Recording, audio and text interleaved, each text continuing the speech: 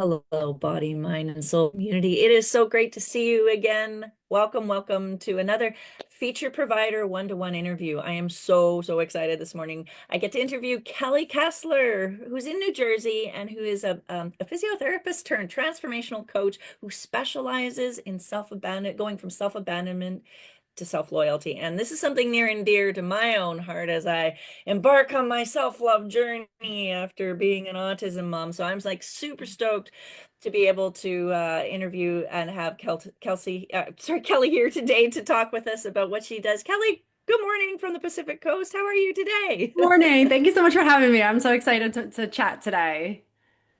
Absolutely. This is going to be so much fun. I want you to just jump right in and start telling us about your journey. We love having wellness providers here in Body, Mind, and Soul that people can connect with because they've lived they've walked the walk, Mhm. that they really understand the service that they're providing. And you have both the professional experience and the lived experience. So can you tell us a little bit about how you became the provide came to provide the service that you do as a wellness provider? Yeah, sure. So it was very much a roundabout journey. I feel like it was like my soul's journey, but it kind of uncovered as it went. But it came from years of that high achieving mindset of feeling like, okay, if I get the next degree, I'll feel like I'm enough. If I get straight A's, I'll feel like I'm enough. I was very much the good girl, followed the rules, lived up by the expectations, and lived my whole life by that. And so when I got my bachelor's, came out and I was like, okay, I still don't feel the way I want to feel. So I'm like, oh, I must need more education. So when I got my master's, same thing. Came out, I'm like, I still don't feel the way I want to feel. It must be the doctorate. So I went out and got a doctorate degree, came out, and I'm feeling even worse now because I'm exhausted years later. I'm just like, what is it going to take to feel this like sense of that like I'm enough. There's just this complete emptiness. And yeah, I'm grinding, I'm working hard, I'm doing all the things that I thought I was supposed to do that society tells you if you do X, Y, and Z, you should be happy and fulfilled and live this fulfilling life. And I'm getting to the point where I'm like, okay, what next? And at this point, I'm in my 30s. I had been living with chronic back pain since my mid 20s. I had struggled with an eating disorder prior to that. There was a lot of things that were coming up for me that I didn't realize was this common theme throughout my life until really I got into my healing journey. I'm like, oh, that was all part of the same thread that was going on beneath the surface. And Isn't so, that amazing? How yes. it's like we choose this curriculum that we're here to come learn, and it seems to weave itself into every aspect of our life Mhm. until we, bing, the light Yes. bulb goes on. Well, what was the light bulb moment for you that really tipped it into, oh, this is what I'm supposed to do? What Yeah. happened? It really came of like a moment of like extreme pain, unfortunately. I had to learn, I had to have so many lessons, but it was really at this moment when I was working full time as a physical therapist. I was also working part time as an adjunct professor. I had a 9-month-old son, and my husband and I were the general contractors of our building our house. I was working an hour away, traveling, 2 hours just to get to work, traveling in between patients' homes, and then coming home, taking care of my newborn and a house. And it was just hit this point of like, what is going to give? And that was during the pandemic. So at that time, my husband and I both got furloughed, and it really became this big blessing in disguise for us. It was this moment of panic for sure in the middle of it. But in hindsight, I'm like, thank God for that moment of pause because I remember sitting on the floor with my son, and I'm just like, I've been physically here, but where have I been mentally and emotionally? And I don't want to live like this anymore. I can't keep doing this. I had lived basically my whole life feeling like I was a shell of myself, just trying to go through the motions of that feeling of enoughness. And so that was really the pivotal moment. That's amazing. And it is listening to just when you do get those moments of pause, Mhm. listening to those desires and wants and needs inside us are like the airplane landing Mhm. runway lights to our soul's purpose. And so I'm Yeah. so glad that you listened to that because of the gifts that you bring now. Mhm. So when tell us a little bit about specifically, what you do with people in transforming them from the abandonment to the loyalty. Like how do you help people stop ignoring those signals and to show up for themselves in their daily lives and fight that. I find it at least counterintuitive that, to do better outwardly, you actually have to focus inwardly. And it's cliche about that oxygen mask, but Yeah. what do you do and how does that look when you work with people? Yeah, well, the big thing with self-abandonment is become so normalized and it's such a slow erosion of ourselves that we don't even realize we're doing it. So a big part of that is bringing awareness back to ourselves of noticing things in our body. So our body is a big communicator. So especially in my work in knowing the body and my own personal experience with chronic back pain, I realized that there was signals all along the way that my body was trying to express something within it. So bringing awareness to the body, what is it trying to communicate? And then bringing our body into a more regulated state. So when we're in survival mode, which we can be chronically in self-abandonment, our body is just trying to keep us alive. It's just trying to protect us. And so when we're in a more regulated state, that's when our mind can actually be receptive to a new way of living. So I help people get into a more regulated state by doing, helping them with nervous system regulation, emotional regulation. And then once they're open and receptive and their system feels safe enough to receive information, then I dive into that subconscious mind reprogramming and understanding what are the beliefs we're holding on to that are keeping us in these patterns that we're living in. Wow, yeah. And I imagine you see a lot of people with burnout. Oh, 100%. Yeah. Many episodes of burnout that they don't even realize is happening. And many of them are just straight in burnout at that point. They're exhausted. They feel stuck. They Right. feel trapped. Yeah. They, They've they hit don't, the wall. They don't know where to go. They're like, help, yeah. Kelley. They want something different, but don't even know where to start. Like, where do I go from here and how do I change my life? Okay, so what tell me a little bit more about the process. What you actually when you go into it with them, like do you evaluate things? How do you decide what sort of way to go with them? Do you have structured curriculum that you use or a coaching program? Like is it a program? Like tell us about the actual Mhm. the how-tos and what about what you do with folks. Yeah, yeah. So the first part, I mean, I have a community that I have that I bring in many women who are in this very similar place. So I offer programs throughout that, and each month is a different theme. So we always start with values and vision and really getting to know ourselves. What do we actually want in our lives? Because it's a question that we don't ask ourselves enough. Like, what do I want without, what did my parents want for me? What does society want for me? Like, what do I actually want? And it's such a hard question to answer when you've abandoned yourself. So really diving into that, like if you can remove all the pressures, what is it that you seek out within yourself in this life that is so short and that we really need to embrace in this moment? So I have a community that I do that. I also do one-on-ones for someone who wants to do a more specified deep dive of understanding themselves. And so that is really where it starts. And then going in through the nervous system, understanding where our body is.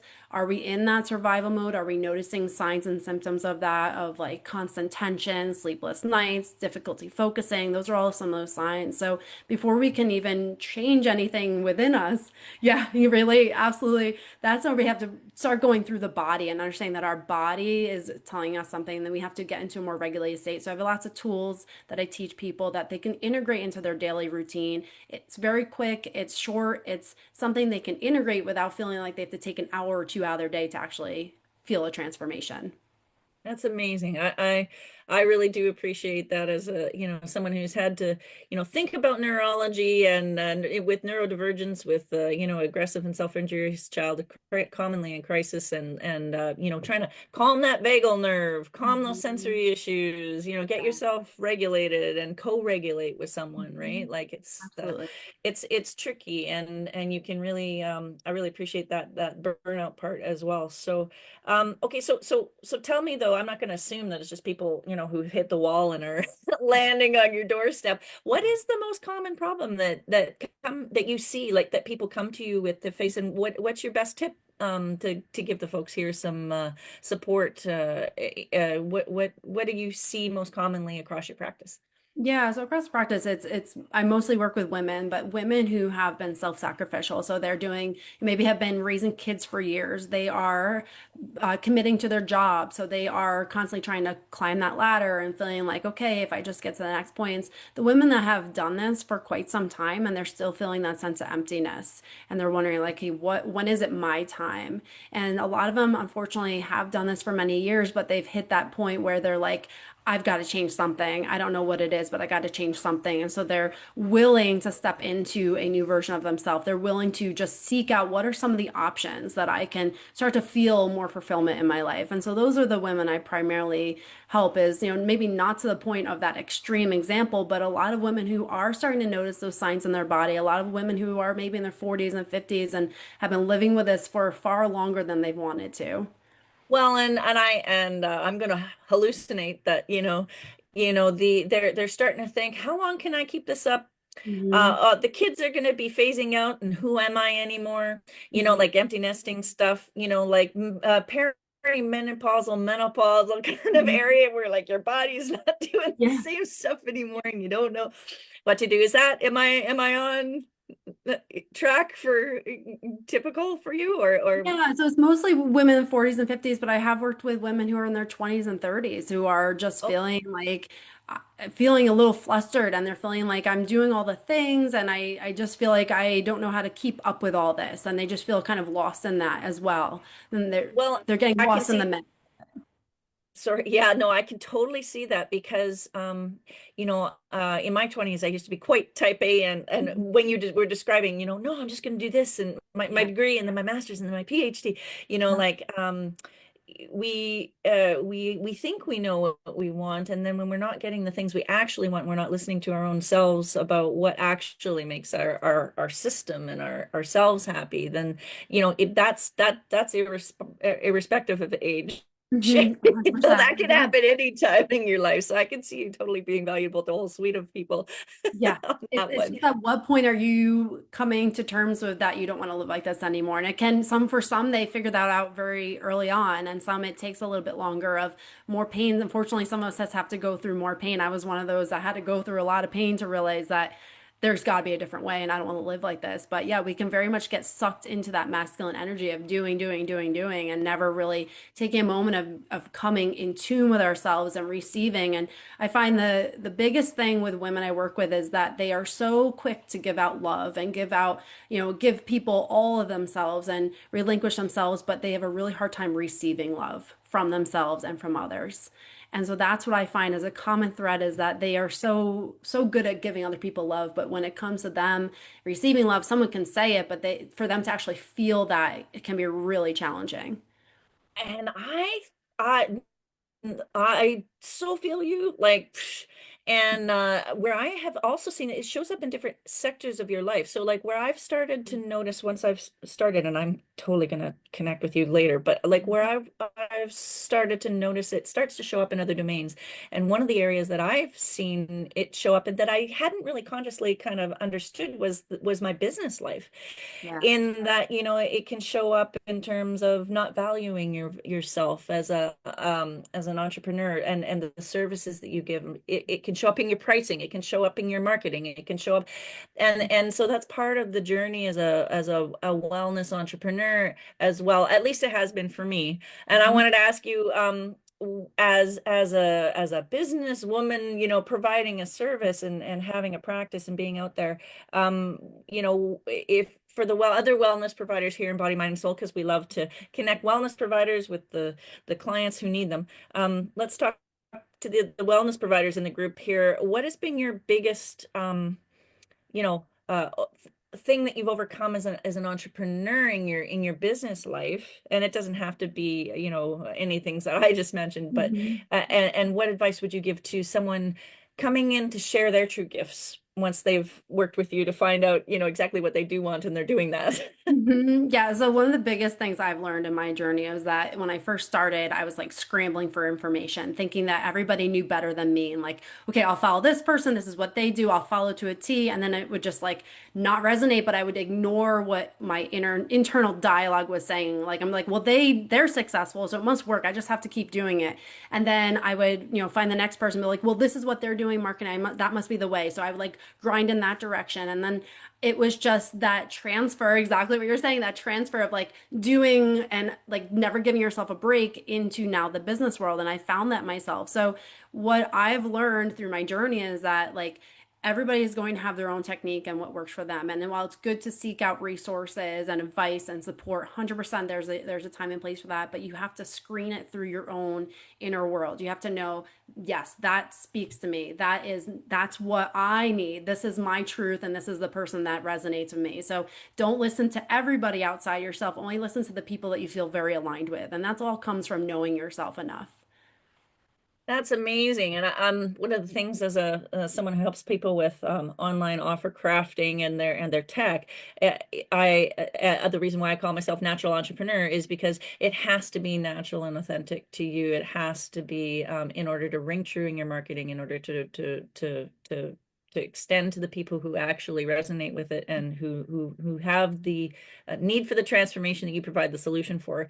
Yeah, that it definitely has to be authentic. So thank you so much for Yeah. for sharing with us today everything that you do, and we appreciate having you here in the group. And you guys get a hold of Kelley. She will be dropping her links if you've resonated with what she does, who she is, how she does it, and you need that in your life. Definitely give Kelley a buzz. She's going to drop her links in the broadcast here. Kelley, thank you so much for spending your time with us Thank today. you so much for having me. I truly enjoy this. We're absolutely delighted to have you as a resource person here in the group, and looking forward to seeing more of you as we progress. So this is our one-to-one interview. If you guys would like a one-to-one, if you're a wellness provider who would like a one-to-one interview, make sure you've gone to Connection Circle. Come to Connection Circle again, and then you'll be able to get the post-meeting invite to be able to book your one-to-one interview. And we will see you next time on Body, Mind, and Soul. Take care, guys. Bye.